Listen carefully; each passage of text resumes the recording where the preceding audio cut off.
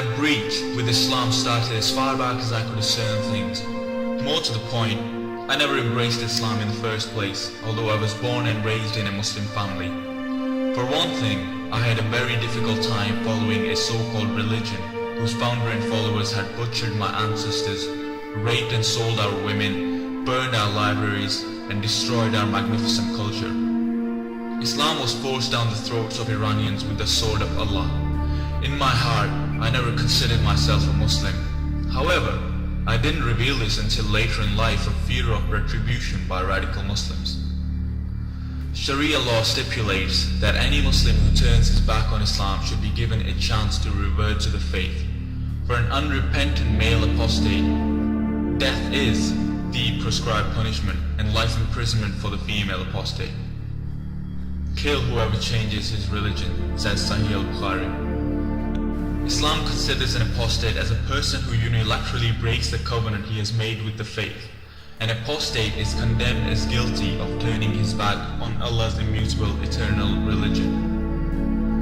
I came to the realization that the root cause of my people's degradation and suffering was Islam. It was a creed imposed on an enlightened, tolerant and free people at the point of the sword by savages hailing from the Arabian Peninsula during the 7th century, with promises of booty and women in this world and glorious eternal sensual rewards in the promised paradise of Allah in the next.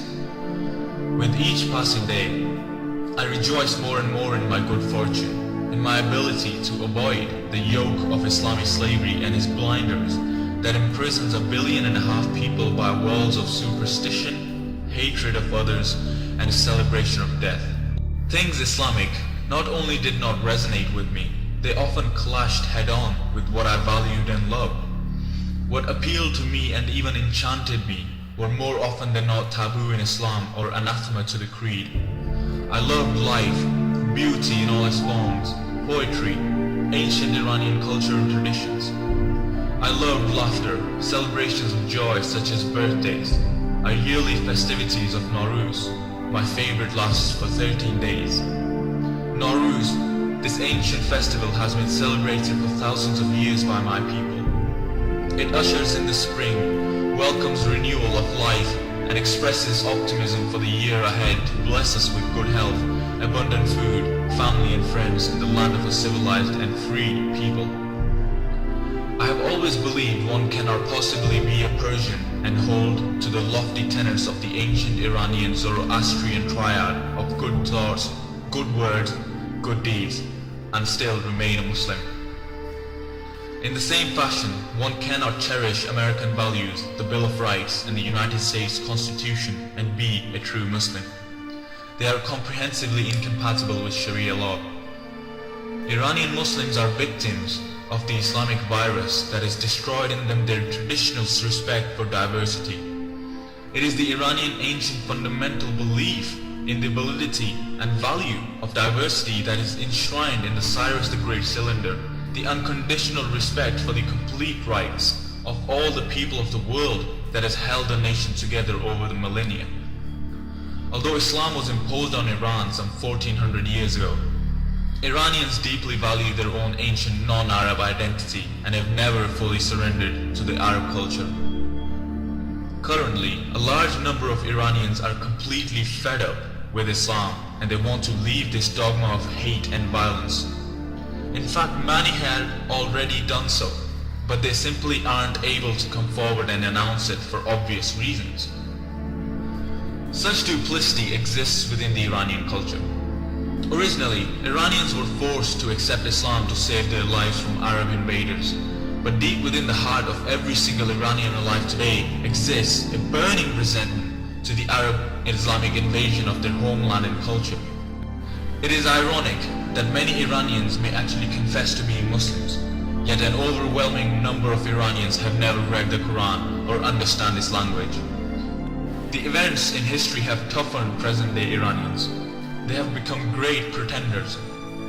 But the totality of 1400 years of Islamic barbarity and savagery must end. We no longer need to pretend that we are practicing Muslims, when in fact we are not.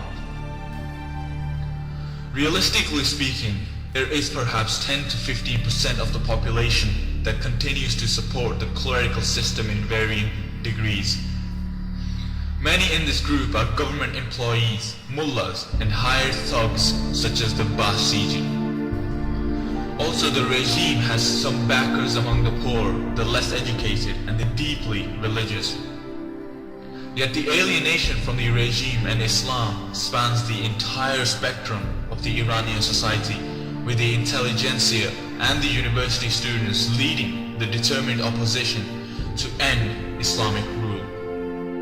Masses of Iranians are irreparably alienated from a corrupt and oppressive Islamic rule. The rule of the Islamic Republic of Iran is crumbling. The previously solid edifice is finally showing many cracks that continue to grow. There are just too many fault lines to list here. My fellow secularist Iranians and I have indeed done and continue to do what we can to help our compatriots in Iran who are on the front line fighting Islam and the Islamic regime. The 2009 protests were just as much against the Islamic Republic as they were about Shia Islam. In fact, much of it was against Islam itself. People have experienced what a primitive and defective system of belief Islam is and aim to abandon it for good. Many will still hang on to it to some extent for some time. Yet, a great many will simply leave Islam and even actively oppose it. There are still those who foolishly claim that Muhammad was a messenger from God and the Quran is a divinely revealed book. My suggestion is that they use their intellect and read the Quran fully for themselves without the assumption that the book is the literal word of God and that Muhammad was their messenger. Without this assumption as their starting point, they will find better than 90% of the book is about violence, threats of hell, exclusion of people and the like. What kind of God could dictate things like that, what you find in the Quran? It took Muhammad 20 years to reveal this hodgepodge book that reads more like expressions of a delusional individual with multiple personality disorder.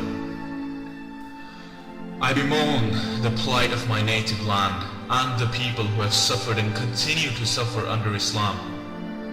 Without Islam, there wouldn't be any Muslims to hoist the banner of hate and violence against non-Muslims. A few claim that Islam has done some good in the past. Well, that's debatable.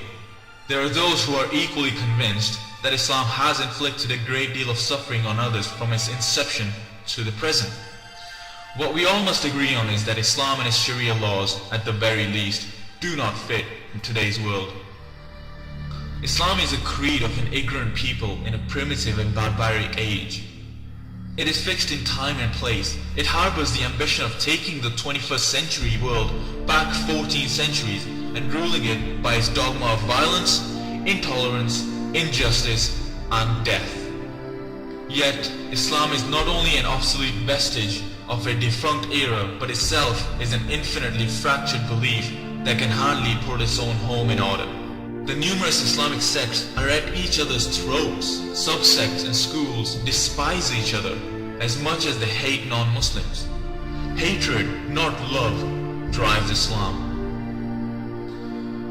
I'm not against Muslims. I'm not against Muslims. I condemn Islam with all its derivatives and those who support and promote it. Regrettably, Islam cannot be reformed. Keep in mind that Islam claims it is the perfect eternal faith for mankind. Splits have occurred and will continue to occur in Islam. Yet, reformation has not happened in nearly 1400 years and is not going to happen. Islam is carved in granite, just the way it is, no change. Allah's book is sealed. In the monumental task of dealing with Islam and its variations, every individual, group and government must combine their resources and energies to prevail. We must urge all people to resist Islam's encroachment and not be deceived by a sanitized version presented in non-Islamic lands. The destiny of civilized life hangs in the balance. Shrinking of this responsibility would be an unpardonable act of every enlightened human being and organization that values human liberty and dignity.